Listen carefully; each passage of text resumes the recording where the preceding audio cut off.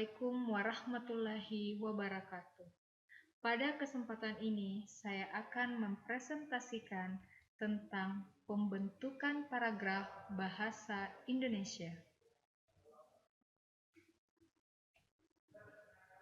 Pertama, kita mulai dari pengertian paragraf.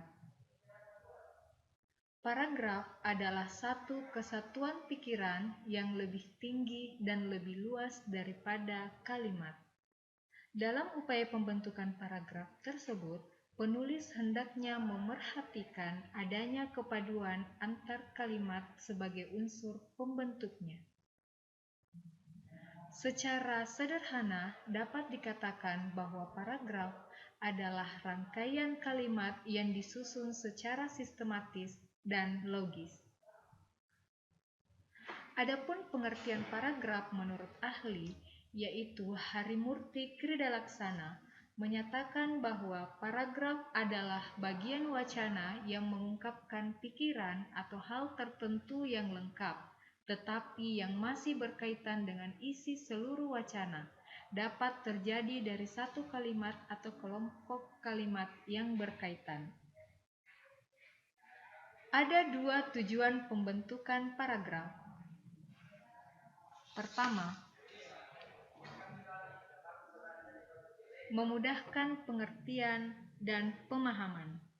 Memudahkan pengertian dan pemahaman ini dilakukan dengan cara menyekat-nyekat ide pokok yang satu dari ide pokok yang lain berdasarkan keharusan untuk mengungkapkan satu ide pokok saja pada setiap paragraf.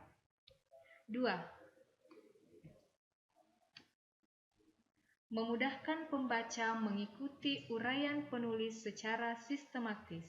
Ini dilakukan agar pemusatan perhatian dapat dilakukan terhadap setiap ide yang diungkapkan dalam karya tulis tersebut. Selanjutnya, ada dua syarat pembentukan paragraf.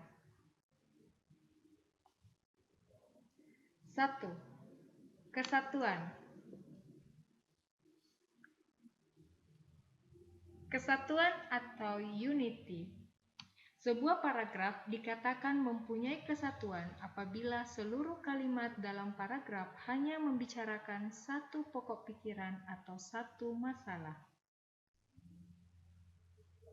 2. Kepaduan. Kepaduan atau koherensi. Syarat kedua yang harus dipenuhi oleh sebuah paragraf adalah adanya kepaduan atau koherensi.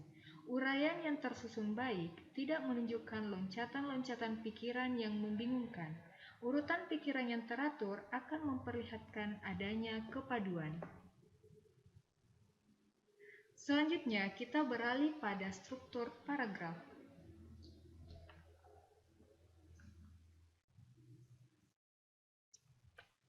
Paragraf terdiri atas sebuah kalimat utama dan beberapa kalimat penjelas.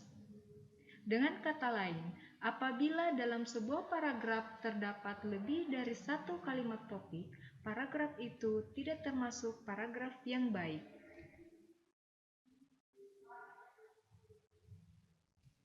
Kalimat utama adalah kalimat yang berisi ide pokok atau ide utama.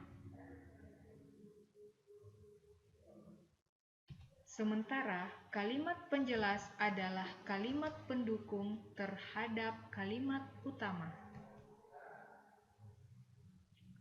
Ada 3 jenis paragraf bahasa Indonesia.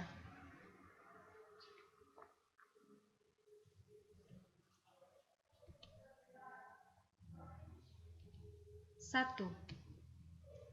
Paragraf berdasarkan sifat dan jenis. Berdasarkan sifat dan jenis, paragraf terdiri atas 1. Paragraf pembuka. Paragraf pembuka adalah paragraf pendahuluan yang digunakan untuk mengantar pokok pembicaraan untuk sampai kepada masalah yang diuraikan dalam karangan. Selanjutnya, paragraf penghubung. Paragraf penghubung adalah paragraf-paragraf yang berfungsi mengemukakan inti persoalan, juga memberi ilustrasi atau contoh. Terakhir, paragraf penutup. Paragraf penutup adalah paragraf yang berada pada bagian akhir tulisan yang berisikan simpulan dari semua uraian sebelumnya dengan fungsinya sebagai penutup. 2. Paragraf berdasarkan letak kalimat utama. Berdasarkan letak kalimat utama, paragraf terdiri atas paragraf deduktif. Paragraf deduktif adalah paragraf yang kalimat utamanya terletak pada bagian awal paragraf. Cara penyajiannya yaitu uraian pokok permasalahan diuraikan terlebih dahulu, lalu menyusul uraian terinci mengenai ide pokok. Paragraf deduktif mengikuti uraian umum ke khusus. Paragraf induktif. Paragraf induktif adalah paragraf yang kalimat utamanya ditempatkan pada bagian akhir paragraf. Paragraf campuran. Paragraf campuran adalah paragraf yang kalimat utamanya ditempatkan pada bagian awal dan diulang pada bagian akhir. Terakhir adalah paragraf tanpa kalimat utama. Paragraf tanpa kalimat utama juga disebut paragraf penuh kalimat utama, yaitu seluruh kalimat yang membentuk paragraf sama pentingnya sehingga tidak satupun kalimat yang khusus menjadi kalimat utama. Paragraf jenis ini sering dijumpai dalam uraian-uraian yang bersifat deskriptif dan naratif. 3. Paragraf berdasarkan isi. Berdasarkan isi, paragraf terdiri atas paragraf narasi. Paragraf narasi adalah paragraf yang jika isi paragrafnya bersifat menuturkan peristiwa atau keadaan dalam bentuk cerita. Contoh, pagi yang cerah bagi Nina digunakan mencari kayu bakar di hutan.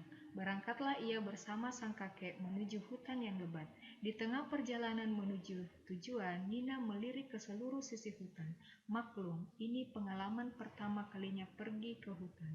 Tak terasa ia telah tiba di hutan yang lebat. Suara-suara hewan terdengar nyaring, tampaknya Nina mulai agak takut. Selanjutnya adalah paragraf deskripsi.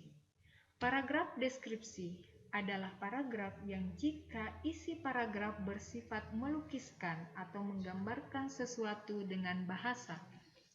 Contohnya, masih melekat di mataku pemandangan indah nan elok pantai Apalarang. Gelombang ombak bergulung-gulung datang silih berganti menyambutku serasa ingin mengajak bermain. Di sebelah kanan dan kiri aku bisa memandang air laut sejauh mata memandang. Selanjutnya adalah paragraf persuasi. Paragraf persuasi adalah paragraf yang jika isi paragrafnya bersifat mempromosikan sesuatu dengan cara memengaruhi pembaca. Contohnya, narkoba dan minuman-minuman keras adalah dua hal yang sangat berbahaya di muka bumi ini. Narkoba dan minuman keras akan menjerat kita dengan menawarkan kesenangan sementara. Oleh karena itu, jauhilah kedua barang ini dan jangan sekali-kali menyentuh apalagi memakainya. Selanjutnya, paragraf argumentasi. Paragraf argumentasi adalah paragraf yang jika isi paragraf bersifat membahas satu masalah dengan bukti-bukti atau alasan yang mendukung. Contohnya, Pantai Parangtritis memang memiliki keindahan eksotis yang membuat wisatawan ramai berkunjung, tetapi juga sering menelan korban. Yang disayangkan, sebagian masyarakat Indonesia masih saja menganggap peristiwa tersebut berkaitan dengan hal-hal mistis. Padahal, para praktisi ilmu kebumian menegaskan bahwa penyebab utama hilangnya sejumlah wisatawan di Pantai Parangtritis Bantul adalah akibat terseret Rip Current. Terakhir adalah paragraf ekspositori. Paragraf ekspositori adalah paragraf yang jika isi paragraf bersifat memaparkan suatu fakta atau kejadian tertentu. Contohnya, Parangtritis adalah nama desa di Kecamatan Kretek, Bantul, Daerah Istimewa Yogyakarta. Di desa ini terdapat pantai Samudra Hindia yang terletak kurang lebih 25 km sebelah selatan kota Yogyakarta. Parangtritis merupakan objek wisata yang cukup terkenal di Yogyakarta, selain objek pantai lainnya seperti Samas, Baron, Kukup, Kratal, dan Glaga. Demikianlah presentasi yang saya dapat sampaikan pada kesempatan ini. Sekian dan terima kasih. Assalamualaikum warahmatullahi wabarakatuh.